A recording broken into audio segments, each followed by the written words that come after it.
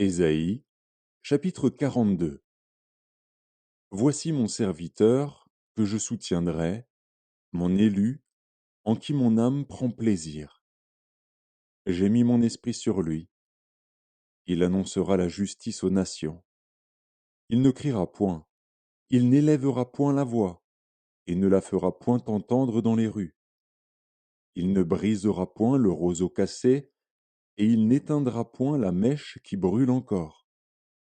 Il annoncera la justice selon la vérité.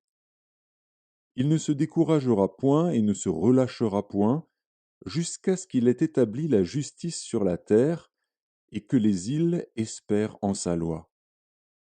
Ainsi parle Dieu, l'Éternel, qui a créé les cieux et qui les a déployés, qui a étendu la terre et ses productions, qui a donné la respiration à ceux qui la peuplent, et le souffle à ceux qui y marchent.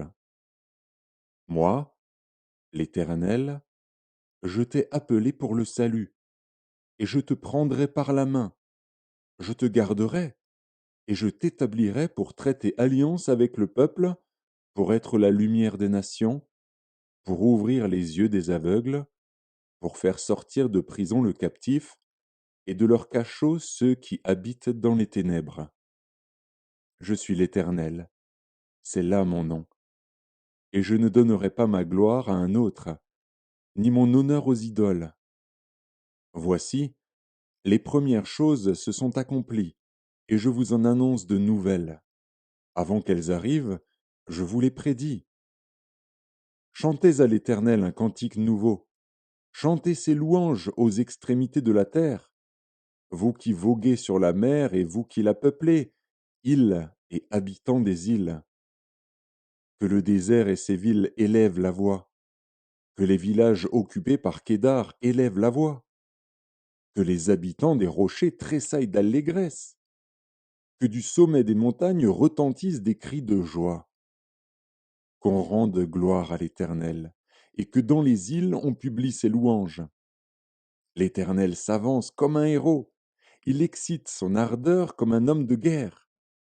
Il élève la voix, il jette des cris, il manifeste sa force contre ses ennemis.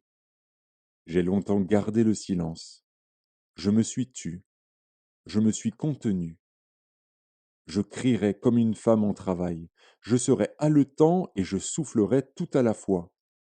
Je ravagerai montagnes et collines, et j'en dessécherai toute la verdure.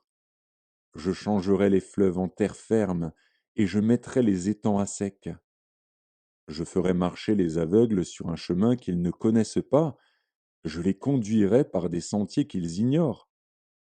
Je changerai devant eux les ténèbres en lumière, et les endroits tortueux en plaine.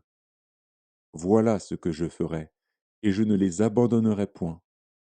Ils reculeront, ils seront confus, ceux qui se confient aux idoles taillées, ceux qui disent aux idoles de fonte, vous êtes nos dieux. Sourds, écoutez, aveugles, regardez et voyez. Qui est aveugle, sinon mon serviteur, et sourd comme mon messager que j'envoie? Qui est aveugle comme l'ami de Dieu, aveugle comme le serviteur de l'Éternel? Tu as vu beaucoup de choses, mais tu n'y as point pris garde. On a ouvert les oreilles, mais on n'a point entendu. L'Éternel a voulu, pour le bonheur d'Israël, publier une loi grande et magnifique. Et c'est un peuple pillé et dépouillé. On les a tous enchaînés dans des cavernes, plongés dans des cachots. Ils ont été mis au pillage, et personne qui les délivre. Dépouillés, et personne qui dise restitue. Qui parmi vous prêtera l'oreille à ces choses? Qui voudra s'y rendre attentif et écouter à l'avenir? Qui a livré Jacob au pillage et Israël au pillard? N'est-ce pas l'Éternel? Nous avons péché contre lui. Ils n'ont point voulu marcher dans ses voies, et ils n'ont point écouté sa loi. Aussi a-t-il versé sur Israël l'ardeur de sa colère et la violence de la guerre. La guerre l'a embrasé de toutes parts, et il n'a point compris. Elle l'a consumé, et il n'y a point pris garde.